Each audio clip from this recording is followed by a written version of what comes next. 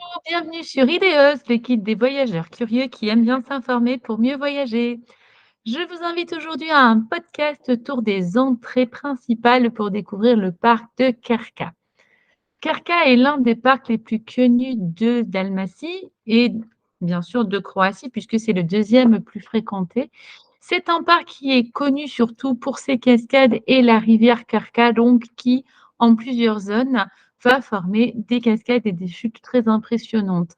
C'est un patrimoine naturel, mais aussi tout un patrimoine culturel, historique, religieux, qui est donc exceptionnel et qui n'a pas vraiment d'équivalent en Croatie, puisque comme vous le savez, les parcs nationaux sont souvent quand même très associés à la nature, à la protection, préservation de l'environnement et n'ont pas nécessairement tout ce volet culturel et historique que peut avoir Karka. Le parc de Karka se situe en Dalmatie, du nord dans la région de Šibenik. Il est à environ 1h30 de Split et de Zadar par la route et à peu près 1 heure par l'autoroute. C'est donc un parc qui est très souvent fréquenté puisque beaucoup parmi vous vont en Dalmatie et vont en faire l'un de leurs points centraux pour les randonnées et les balades dans la nature. Donc, vous avez tout à fait raison de choisir ce parc, mais vous vous interrogez sûrement sur la meilleure entrée pour l'explorer. Je vais faire un petit rappel pratique.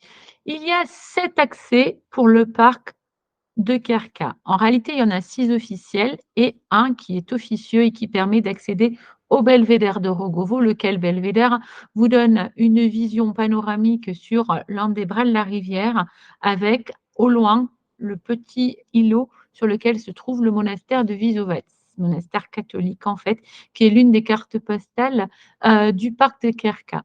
Donc en fait, quand on veut découvrir le parc de Kerka, on doit absolument découvrir chacun des accès. Pourquoi? Parce qu'en fait, ils sont séparés de 20 à 30 kilomètres chacun, donc ils ne mènent absolument pas dans les mêmes zones. Les 2 seules entrées qui mènent au sentier de Lozovac sont celle de Lozovac, qui est à l'intérieur des terres, et celle de Škradin, qui est sur la mer dans un petit port. Je vais donc rentrer dans le détail pour vous présenter ces 2 entrées, mais je vais, avant cela, faire le tour des entrées existantes pour que vous compreniez l'organisation et la façon de présenter et de gérer le parc, en fait, pour que vous puissiez aussi choisir les accès qui vous conviendront par rapport à vos objectifs dans le parc. Donc, comme je vous l'ai dit, il y a 6 entrées dans le parc de Kerka et les entrées qui sont à l'intérieur des terres, en fait, vous mènent dans des zones de randonnée complètement différentes les unes des autres. D'où l'intérêt de comprendre déjà et de se représenter, la localisation et l'organisation du parc et de savoir aussi à l'avance ce que vous allez vouloir pouvoir faire dans chacun des accès. Je vous montre sur le partage d'écran donc un peu l'organisation de ces entrées. Comme ça, vous comprendrez mieux déjà.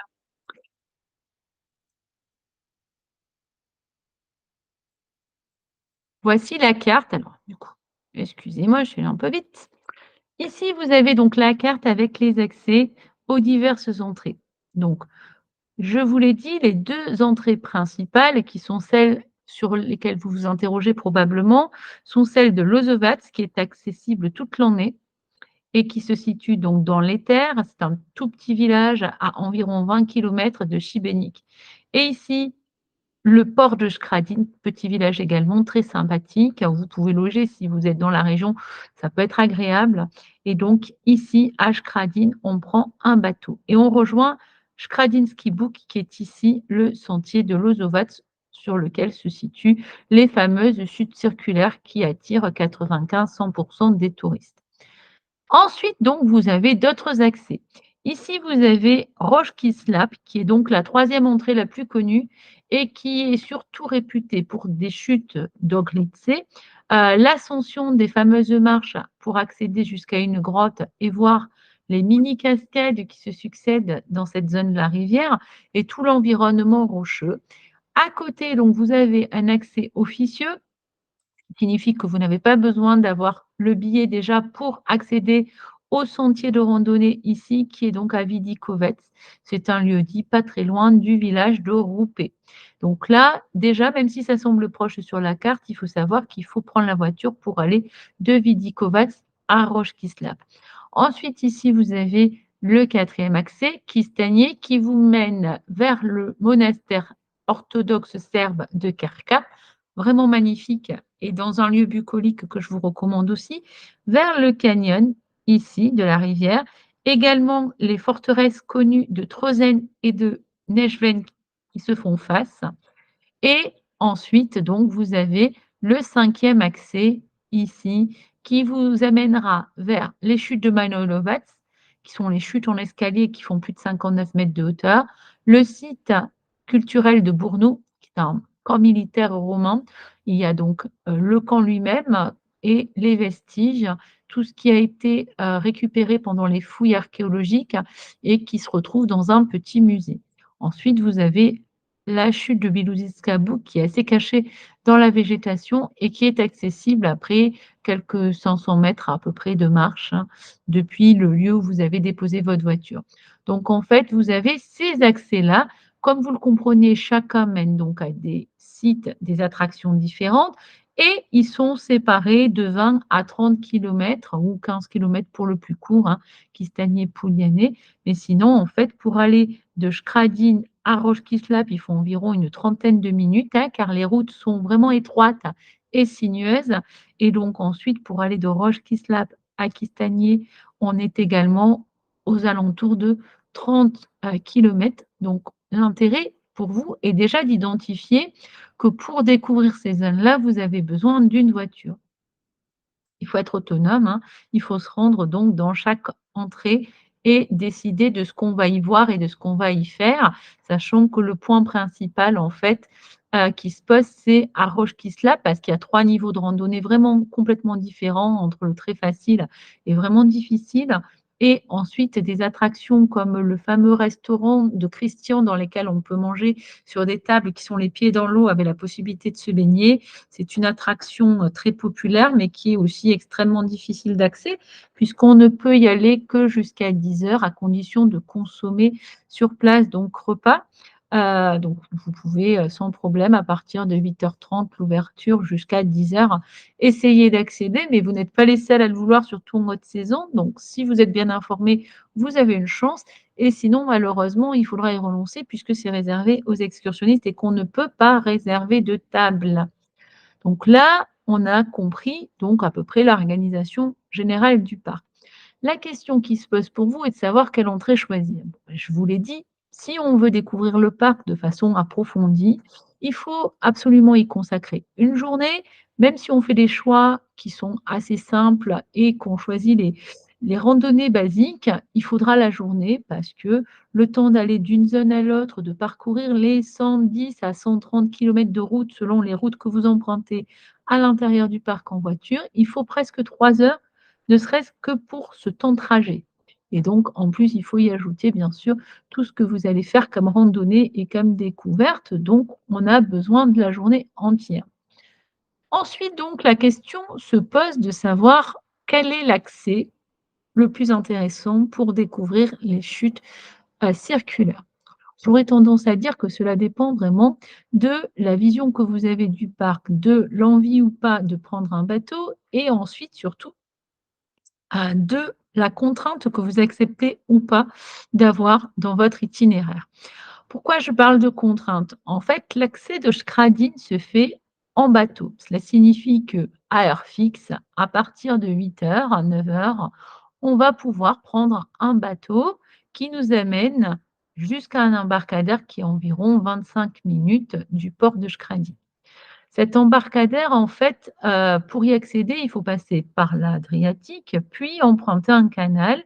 Ensuite, donc, on vous dépose à cette zone d'embarcadère, d'où vous rejoignez à pied la chute circulaire, sachant qu'en choisissant cette voie-là, vous allez accéder directement à la chute, ou presque, et vous allez ensuite devoir en faire le tour, donc vous en éloigner. Cela signifie aussi que si vous avez fait ce choix-là, vous êtes amené à accéder au bateau, donc avoir réservé pour être sûr d'avoir des places à bord, puisque le bateau ne compte qu'une cinquantaine de personnes et ne part que toutes les heures. Donc il ne faut pas manquer bien sûr le départ et si on le rate, ça suppose aussi qu'on va devoir attendre l'heure suivante, donc c'est quand même très dommage. Ensuite, il faut savoir qu'en étant contraint par le bateau, pour l'accès, en fait, on est obligé évidemment de revenir en bateau. On ne pourrait pas revenir à pied parce qu'on est à plus de 11 kilomètres de marche, hein, entre la zone de Skradin et la zone dans laquelle on se rend même si on le fait à pied, ça reste quand même 11 kilomètres, ce qui est beaucoup trop à mon sens, surtout si c'est un aller-retour donc là, c'est même pas la peine, à moins d'être hyper marcheur, c'est rarement le cas. Donc en fait, quand on a choisi de rentrer par Skradin, il faut accepter ces conditions. Si vous avez réservé, le billet sur le site officiel, sachez que vous allez être amené à choisir donc 1 heure d'entrée et donc 1 heure de sortie pour être sûr d'avoir le bateau réservé et c'est ce qui est contraignant aussi, puisque ça signifie que vous ne pourrez pas nécessairement passer le temps que vous souhaitez dans le parc. Alors rien ne vous empêche de passer plus de temps, mais rien ne vous garantit non plus de monter à bord du bateau. Puisque l'objectif en fait du parc aujourd'hui a été de fluidifier, ces accès pour permettre à chacun de le visiter sans difficulté et à ce moment-là, on se retrouve avec cette obligation de réserver l'heure de départ et l'heure de retour. Cela signifie qu'on a globalement 1 h 30 dans le parc pour découvrir la chute circulaire puisque la première offre qu'ils font, c'est 1 h 30 après l'accession. Donc c'est raisonnable, mais c'est quand même un peu dommage de se contraindre à ce niveau-là. L'accès par le bateau est agréable puisque bon, on a tous envie finalement d'une petite balade en bateau. Ça apporte une attraction supplémentaire. Il n'y a pas de difficulté si vous avez le mal de bateau. En fait, la durée de la randonnée en bateau ne devrait pas poser problème. Il n'y a pas non plus de problème si vous devez accéder avec des poussettes ou des enfants, hein. Il suffit simplement évidemment de comprendre qu'il faut accéder à ce bateau donc prendre ses devants pour trouver une place déjà dans le parking. À Skradin, les parkings sont payants. Ensuite, donc, accéder à la file d'attente, monter à bord du bateau et prendre la direction du parc. L'Ozovats, c'est l'entrée finalement générale, c'est-à-dire celle que l'on emprunte toute l'année. Celle de Skradin, en fait, est ouverte entre mi-avril et fin septembre, début octobre, selon les périodes. Celle de l'Ozovats, elle fonctionne 365 jours par an. L'accès, en fait, se fait depuis, la billetterie qui se situe à proximité du village. Le parking de l'Ozovats, pour l'instant, est toujours gratuit, à ma connaissance en tout cas et il permet donc de rejoindre la billetterie où vous achetez vos billets ou alors où vous vous rendez pour prendre un bus. Le bus, en fait, il est plus pratique que le bateau dans la mesure où déjà il y a jusqu'à 60 personnes par bus. Ensuite, ils organisent des départs environ toutes les 15 minutes, voire plusieurs bus qui peuvent circuler en très haute saison. Ce qui signifie qu'il y a rarement d'attente. On monte à bord du bus qui nous transporte tranquillement en quelques minutes, hein, à l'entrée du sentier de l'Ozovats. Là où on est déposé, en fait, on est au plus loin de la chute et on va progressivement s'en rapprocher, sachant que le sentier fait environ 2,5 km, donc il est quand même très réduit. Il est en forme de boucle, donc évidemment l'intérêt de l'Ozovat, c'est qu'on va ménager le suspense puisqu'on va découvrir les chutes en dernier. Ça permet d'avoir des vues panoramiques de plus loin, puis de plus en plus près, jusqu'à ce qu'on rejoigne la passerelle où tout le monde se réunit souvent pour faire les selfies et les photos. Ensuite, donc, il suffit de rejoindre l'entrée du sentier pour reprendre le bus ou si vous préférez, si vous ne voulez pas dépendre d'un transport, vous pouvez aussi choisir le sentier intérieur qui prend environ 10-15 minutes pardon, à pour vraiment ne pas avoir d'obligation, de contrainte. C'est pourquoi l'Ozovat, c'est toujours très pratique, surtout sur les arrivées tardives puisque vous n'allez pas rater votre visite, hein. Déjà, impossible de ne pas aller à la chute circulaire, même s'il n'y avait pas de bus, ben, il suffit d'y aller à pied. Alors que quand on vient depuis Skradin, on doit impérativement avoir pris le bateau, le dernier bateau étant a priori à 17 heures, ce qui signifie vraiment qu'il faut avoir organisé son organisation générale du parc en fait. Si on doit découvrir les autres accès, il faut les avoir intégrés pour être absolument vers 16 heures du côté de Schradine afin de pouvoir prendre ce dernier bateau.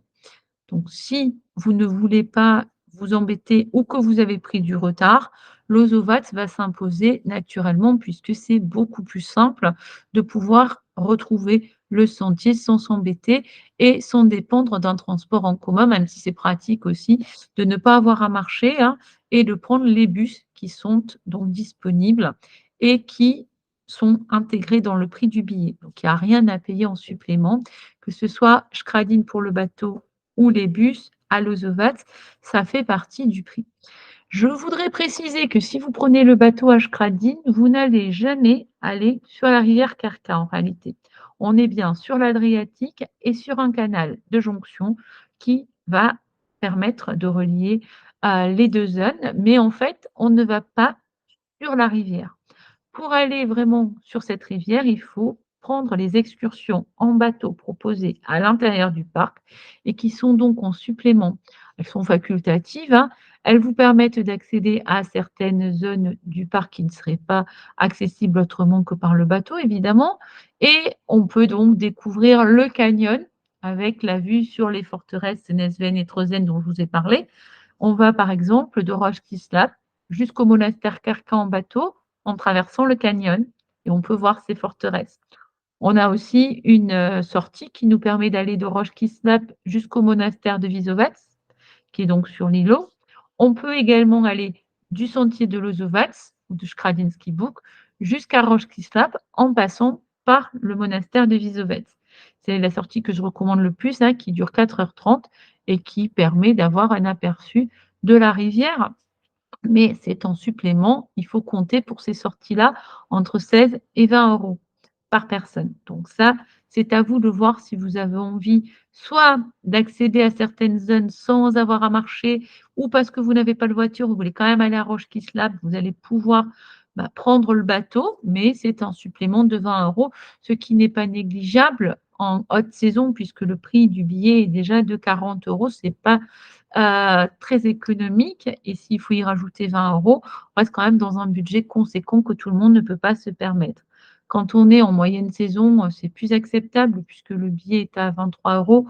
Donc même si on rajoute les 20 euros, quelque part, on rejoint le prix de la haute saison et on a une attraction supplémentaire. Mais en réalité, pour les questions de budget, je comprends que peu d'entre vous vont faire le choix des excursions en bateau, à moins de vouloir se récréer justement, de ne pas se fatiguer et d'accéder à des zones que vous ne pourriez pas voir parce que vous n'avez pas de voiture.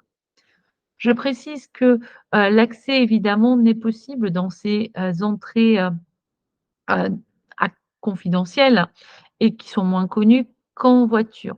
Il n'y a pas de bus qui organise l'accès d'une zone à l'autre de cette, partie du parc, hein, Roche-Kislap, Kistagné, Pouliané.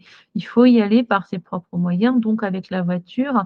On peut y aller aussi avec les vannes, mais les routes sont quand même très étroites, donc il faut être précautionneux et on roule d'autant moins vite qu'on va être autour de, 20, 30, 40 kilomètres, maxi 50, hein, et en fait, il faut donc bien prendre en compte ce temps de trajet, puisque si vous avez 100 à 120 kilomètres à parcourir en voiture, bah oui, cela prend nécessairement entre 2h30 et 3 heures compte tenu de la nature des routes.